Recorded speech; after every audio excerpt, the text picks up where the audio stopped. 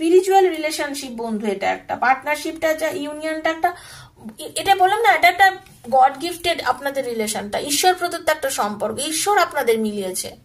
নাহলে বারবার আপনাদের কেন মিল হচ্ছে, বারবার কেন আপনাদের দেখা হচ্ছে? আমি বললাম না আজকে রিডিংটা খুব সুন্দর একটা রিডিং, মানে আমারও খুব ভালো লাগছে রিডিংটা, খুব মানে ইন্টারেস্টেড একটা রিডিং আমি দেখতে পাচ্ছি, ঠিক আছে?